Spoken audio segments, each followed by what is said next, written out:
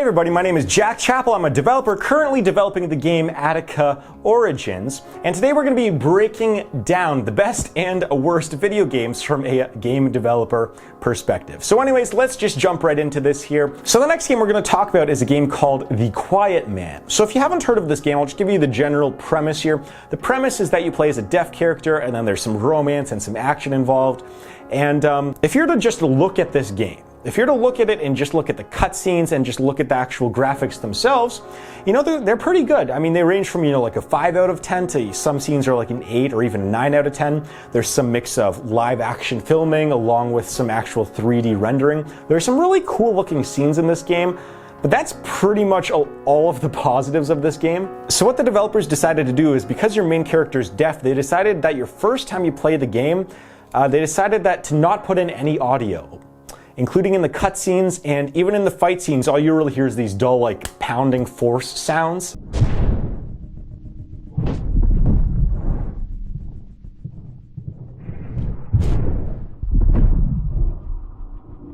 And I get wanting to be an artsy developer, but you shouldn't be artsy to the point where you want to take away from the game itself. I mean, imagine they pretty much played this game without having any progression of the story, because no one knew what was going on. You couldn't hear anything, couldn't hear what the characters were saying. It's a very strange decision from the developers here. Now, I still believe that could have been overcome. The no sound thing could have been overcome if they could actually have good gameplay mechanics. But the entire 3-hour story features essentially 40 of the same, small room, dark lit fights. It's just the same thing over and over again, and there's only the same 3 combos that you can do.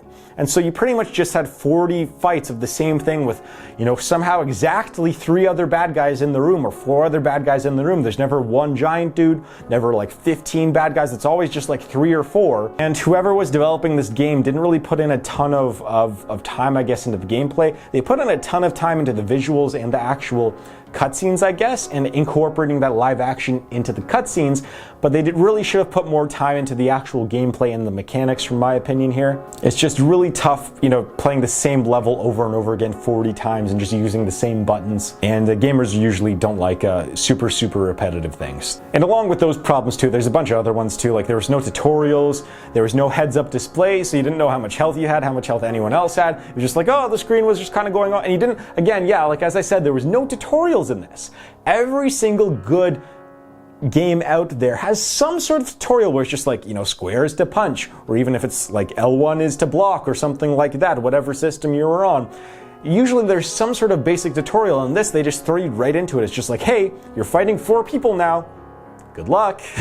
So again, this is just the perfect example of the game having, really decent to good level visuals here, but the gamers just couldn't get past the bad gameplay mechanics and essentially everything else that came with this game. So the next game we're going to be talking about here is The Legend of Zelda: Breath of the Wild. So this is obviously a super impressive and one of the best games that's come out in a long time, but to me it's impressive kind of for the wrong reason, actually. Let me explain. So people don't realize that it's very difficult to build an open world game that looks good on a Nintendo-based system. And let me explain why that is. So people may not have thought about this, but when you buy a game console, like a PlayStation, Xbox, Nintendo Switch, Wii U, whatever it is, you're actually just buying a computer. And they're built really the same way as a normal computer is, except they're usually a little bit more specialized into being able to play games pretty well.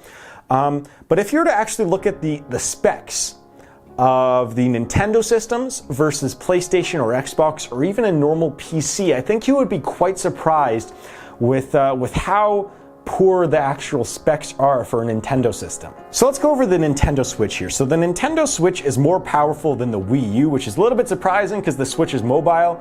But here's the specs for it. So the Switch has a 1.24 gigahertz processor with a 550 megahertz GPU and 4 gigs of RAM with only 32 gigabytes of hard drive space.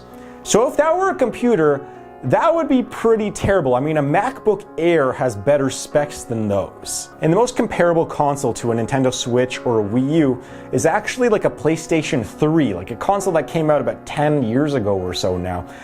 That's pretty much, it's like a Nintendo Switch is essentially just an upgraded version of a PlayStation 3 in terms of computing power. And it kind of just makes sense because, you know, the Nintendo systems are always substantially cheaper than a PlayStation or an Xbox. I think the Wii U or Nintendo Switch, when it got released, was like $250 or $300. I think the PlayStation 4 was like $500 or something like that, or $600.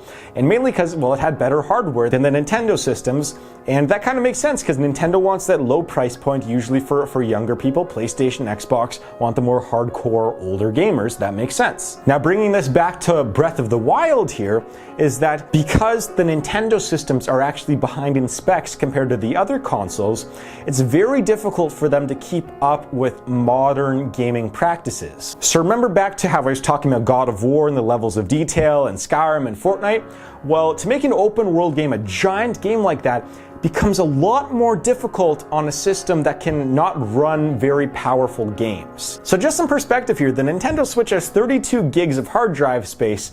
Meanwhile, the average open world game on a PlayStation 4 takes up about 40 gigabytes just to install it. Meanwhile, you know, the really big games like a Red Dead Redemption 2, they were over 100 gigabytes just to install the game. You have to have 3 Switches, and you might not even be able to install Red Dead on 3 Switches. And so that's what actually makes the Breath of the Wild that much more impressive, is that they built a really good game, even though their computer hardware was nowhere near the capability of that of, you know, normal PCs or PlayStations or Xboxes. And one of the ways that they were able to do this was kind of similar to Fortnite, which is, I don't know if you've noticed this, but almost all Nintendo games have a similar art style, in the sense that everything looks clean. You know, there's not a lot of detail in anything, but everything's, you know, it's kind of well shaped but low texture in a sense. So everything just kind of flows really well, despite it not being the super hyper realistic or high quality level games that you see on a PlayStation or an Xbox. And another thing that I noticed too in Breath of the Wild was the culling. So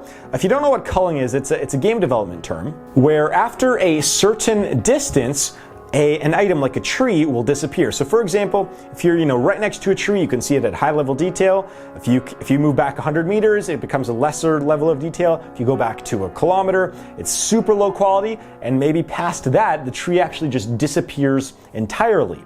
That is called culling. Culling is the point where the tree will no longer show up in the user's field of view. And there's usually a distance in every single game where you can actually see a tree snap in and out of existence. And if you pay close attention to, you can see a lot of the trees in the background for Breath of the Wild.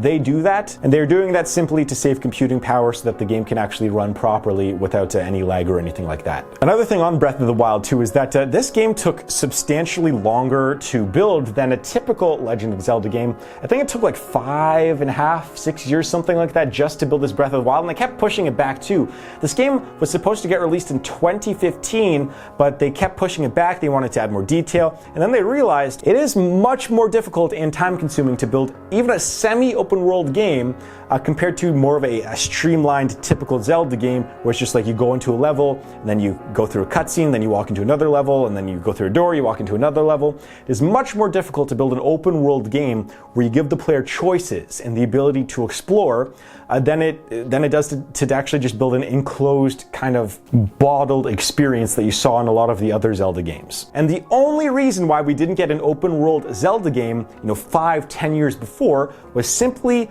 because the hardware was incapable of running a Zelda game in an open world, and this was said by the lead developer of the Breath of the Wild game. They said that they would have made this game much earlier if the Nintendo systems were more powerful at the time. So yeah, the Switch was the first system powerful enough to actually run an open world Zelda game. So that's kind of cool. And another thing I wanted to mention about Breath of the Wild 2 was something that you don't see in a ton of games out there, which gives it a little bit of like this special feel that not a lot of other games period have. That's an interactable environment. So for example, in Breath of the Wild, when it rains, all of a sudden it becomes really difficult to climb and you might slip off rocks or cliffs sometimes. Or like if you use any sort of metal in a thunderstorm, there's a decent chance you're going to get struck by lightning. There's a few other ones here too, like you can freeze to death in cold climates and you need to wear, warm jackets sometimes, although you'll freeze underwater no matter what. So there's some realistic environments here. You can die from overheating, which is why you can make some cooling items which you can consume and use. There's also some decent wind physics in this game. You can be set on fire sometimes, your clothing and all that. Like there's some really good environmental portions of this game which makes the environment feel real and alive that you don't really see in a lot of other games. When you look at a lot of other games, the environment does seem to be changing and it seems to change the textures, and you can see, like I think in Red Dead, like the mud, you can see your boot placed in the mud and stuff too.